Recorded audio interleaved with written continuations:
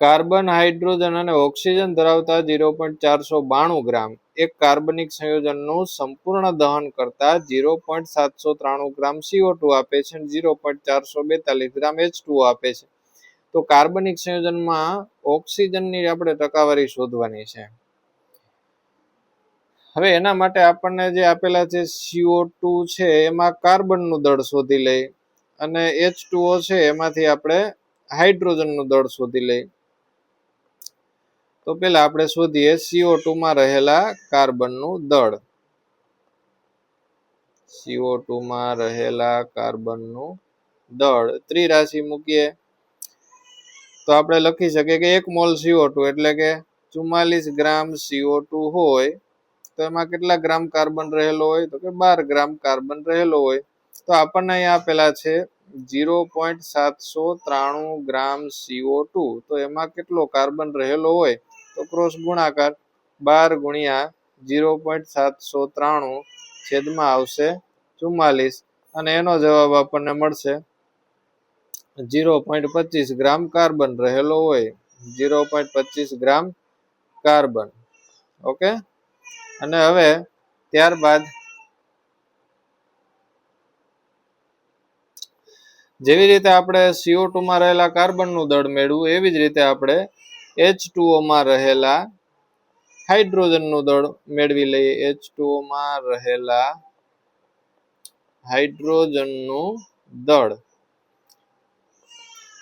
તો H2O એટલે કે 1 મોલ H2O એટલે કે 18 ગ્રામ H2O થાય. તો 18 ગ્રામ H2O માં હાઇડ્રોજન કેટલા ગ્રામ રહેલા હોય તો કે 2 ગ્રામ હાઇડ્રોજન રહેલો હોય. તો આપણને અહીંયા આપેલું છે 0.442 ગ્રામ H2O માં કેટલા ગ્રામ હાઇડ્રોજન રહેલો હોય. તેથી 0.442 ગુણ્યા 2 છેદમાં 18 અને બરાબર આપણને જવાબ મળશે 0.05 ગ્રામ હાઇડ્રોજન. ચાલો હાઇડ્રોજન કેટલો છે આપણા બંધારણની અંદર કુલ જે આપણને કાર્બનિક સંયોજન આપેલું છે એ 0.442 ગ્રામ છે. હવે એ આખા કાર્બનિક સંયોજનની અંદર કાર્બન છે, હાઇડ્રોજન છે અને ઓક્સિજન છે. આપણે ટકાવારી જોઈએ છે ઓક્સિજનની, કાર્બન અને હાઇડ્રોજનનું કામ નથી. તો જે આખું કાર્બનિક સંયોજન છે એનું દળ એમાંથી આપણે હાઇડ્રોજનનું અને કાર્બનનું બેયનું દળ બાદ કરી દઈએ એટલે આપણને છેલ્લે જે મળશે એ ઓક્સિજનનું દળ મળશે અને એના દ્વારા આપણે ઓક્સિજનની ટકાવારી મેળવી શકશું. તો ચાલો આગળ વધીએ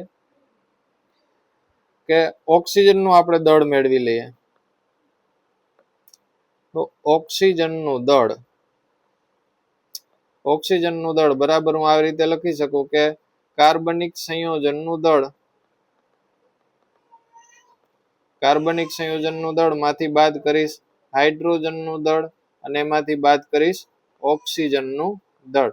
કાર્બનિક સંયોજનનું દળ આપેલું છે મિત્રો 0.492 ગ્રામ.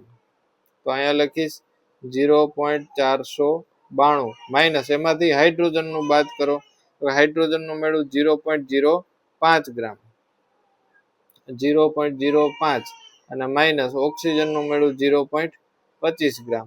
હવે આ બધાની આપણે બાદબાકી કરીએ એટલે આપણને મળશે 0.192 ગ્રામ. આ આપણને શું મળ્યું મિત્રો તો કે આ આપણને મળ્યું ઓક્સિજનનું દળ.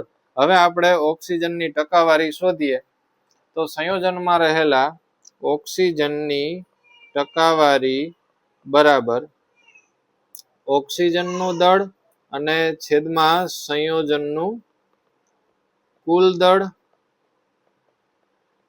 અને ગુણ્યા 100. તો ઓક્સિજનનું દળ આપણને મળ્યું 0.192.